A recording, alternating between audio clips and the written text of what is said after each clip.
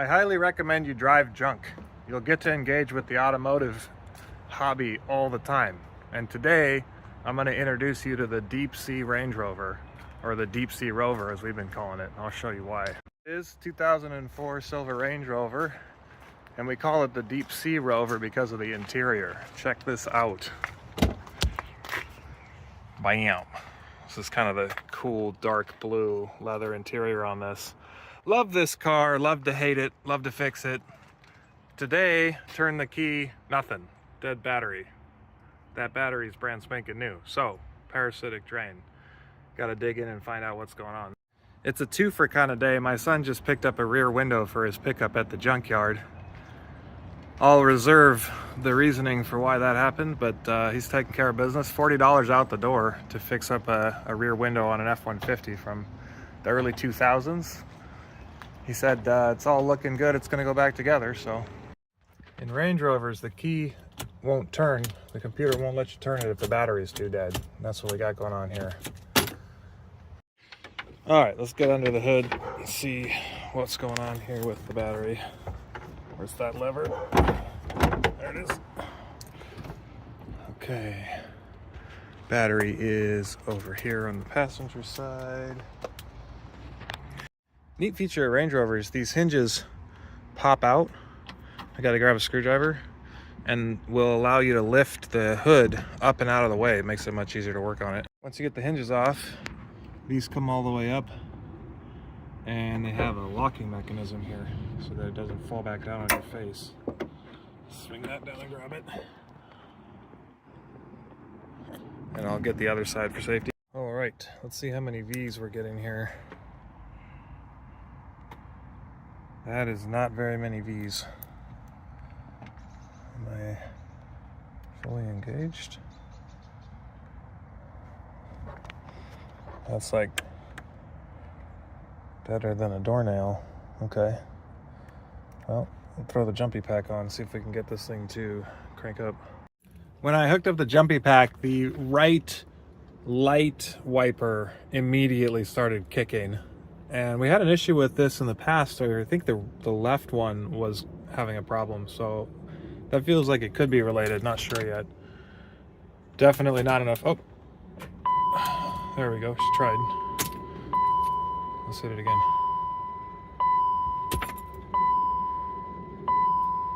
I'm gonna let the jumpy pack warm it up for a minute. All right, let's hit it again. Tick.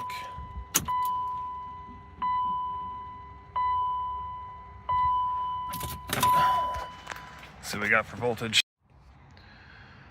Okay, 1141. All right, give me some focus here. 41.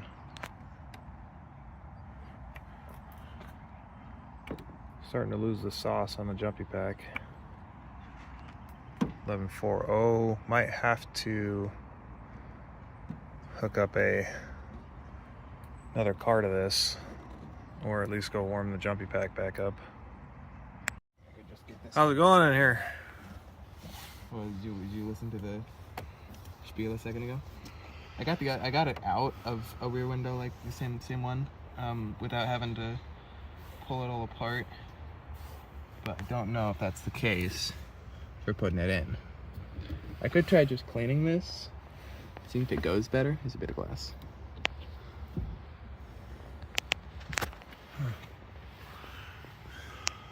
Well, you're the mastermind. You got it out of there. I'll figure it out. Okay, well, connected to the other rig, starting to warm up. 13.4, 8. We'll let this charge for a little bit and then try and fire it. Are these the last few moments before victory, or is it just sat in there? No, it's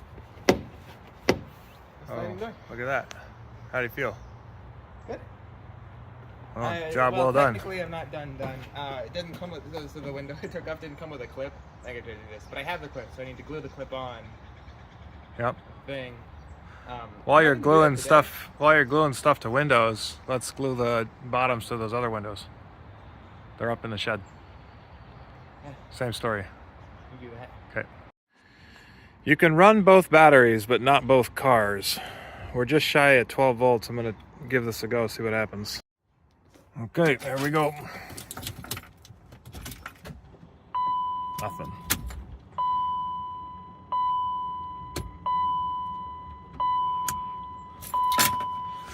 Oh, it wants the full. Okay, we got 3 bars on the jumpy, 11.97 volts. We're gonna hit it one more time.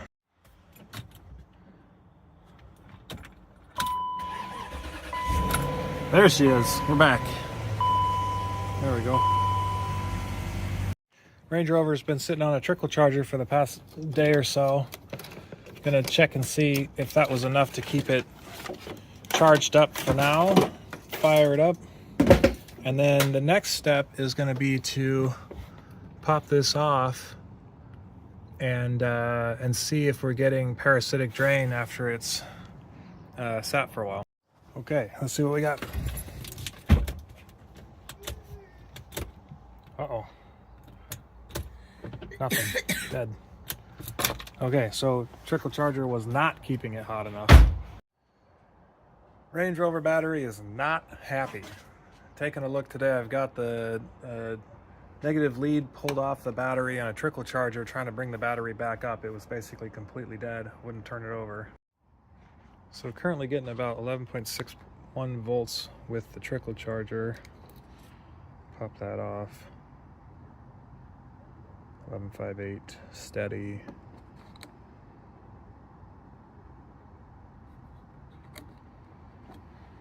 What's this thing? Charging maintenance.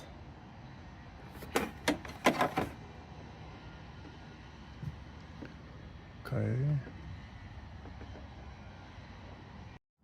So the next step here is to switch this over to 10 amp fused amp pole, and I'm going to put the multimeter leads in series, meaning connecting a wire from the battery terminal to the battery lead through the multimeter, and look at what kind of amperage is getting pulled. And it could take up to 15 or 20 minutes for the amperage to settle, so we'll get an initial reading and come back and look after it's settled to see how much current's being pulled. Once we know the answer to that, we can move on to diagnosing each individual circuit by checking the fuses and the relays and what have you. So I'm just going to use these as clips to hold the... Whoa! If I didn't just break the fuse on that. Okay, that one looks like it'll hold itself. And then this one needs to be clipped on. Give me a sec. Okay, I've got the lead clipped and hooked and getting about 30 or 40 milliamps. Looks to have settled in right at 24 milliamps. So that's what's the constant draw on the overall system.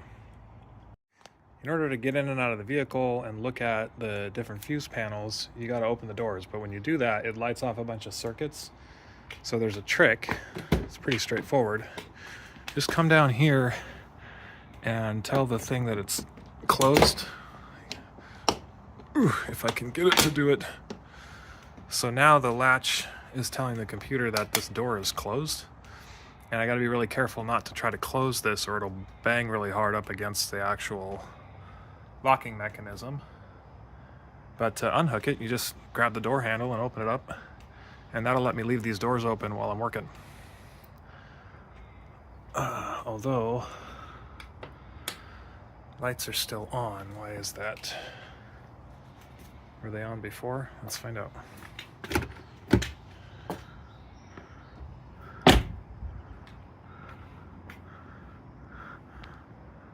Oh, maybe I just didn't give it enough time to go back to sleep.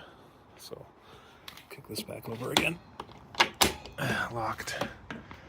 And give it some time. Well, let's take a look at the first area that's got components to check.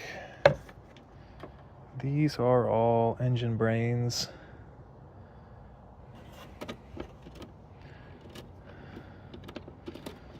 Computer setup. I'm most interested in here. I don't know if that's interesting. Motor Sicherungen. What does that say? Sicherungen.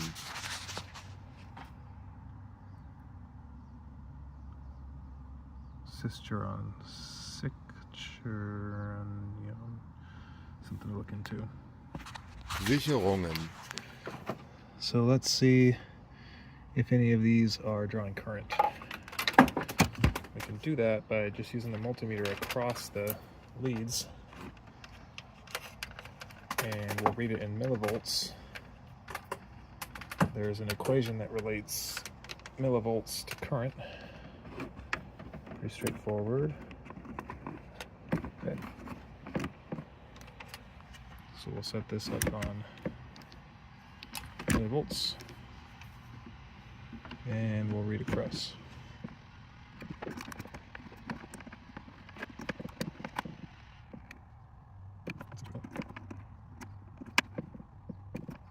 Good. Good. Good.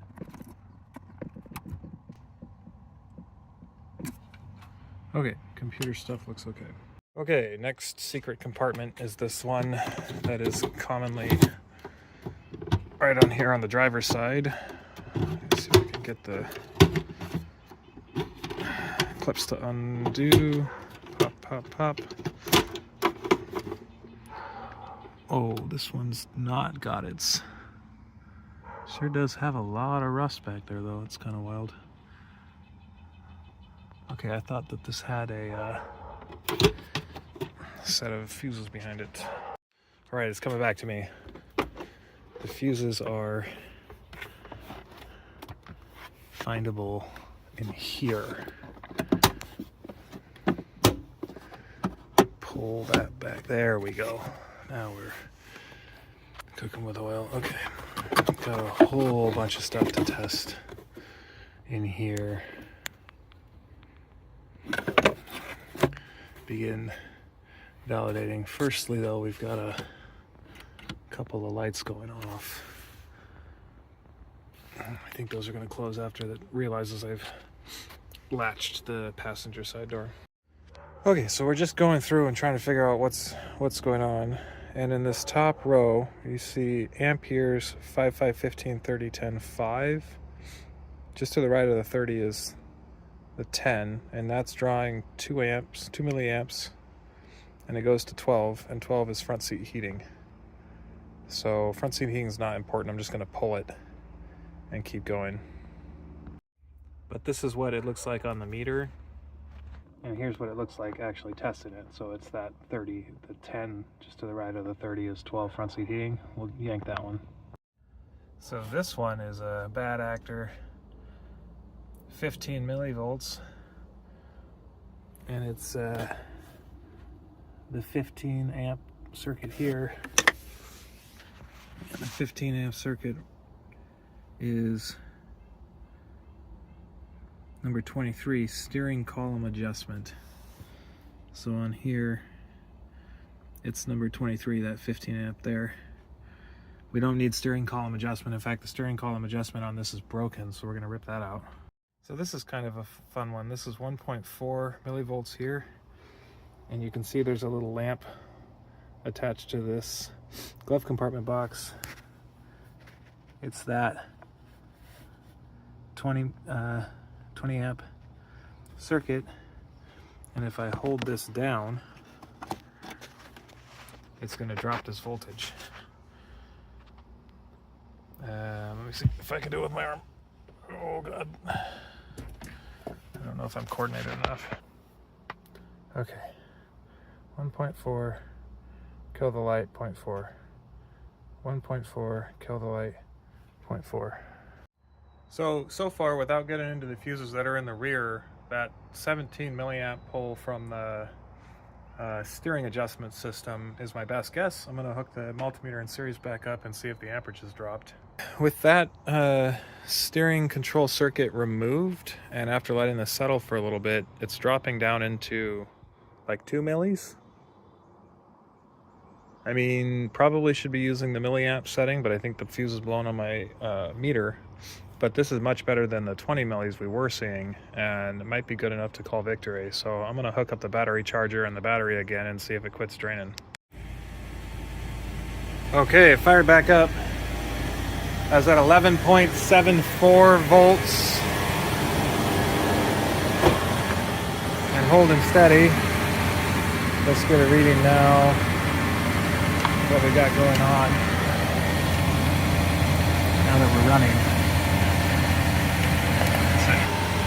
Okay, now we're giving it a proper 14 volts, so we'll let this just idle for a little while and charge up, and then shut it down and see what the voltage is and how well it holds for a while. Okay, it's been idling for a while, sitting at 13.4-ish while running. I'm gonna kill it, check the voltage, come back and check it in a bit and see how it's draining. All right, 12.35, 3.4, 3.3.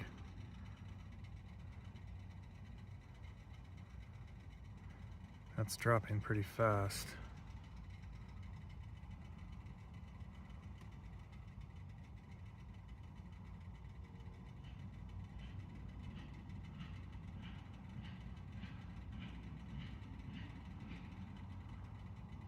Give it some time and check it in a bit here. Well, sometime later, gonna check and see where we're at on the voltage. Here we go. 12.8, 11.86. That's not great.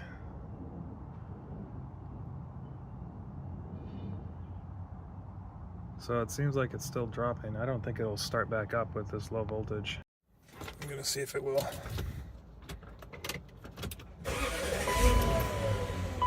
It does still start, that's good.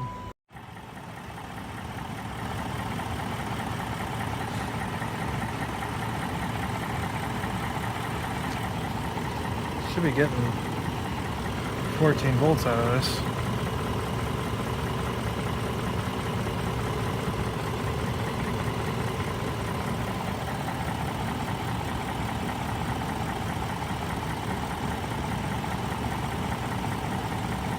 Unless it's got a real heavy draw. Okay, battery's charged back up. Now I've got it disconnected from the car, and I want to see if it'll hold a voltage. Probably not 12.2, but 12 volts for an extended period of time. Make sure the battery's not having issues, and then if it does, I'll reconnect the multimeter in series to see if it's still drawing current, because we were all the way down into the 11.8 range, which is starting to get too low. It's dropped down to 12.6. Seems to be holding steady with the battery disconnected. Give it another 10-15 minutes and see if it drops anymore. Well, now we're fixing cars in the moonlight. Let's see what kind of voltage we got.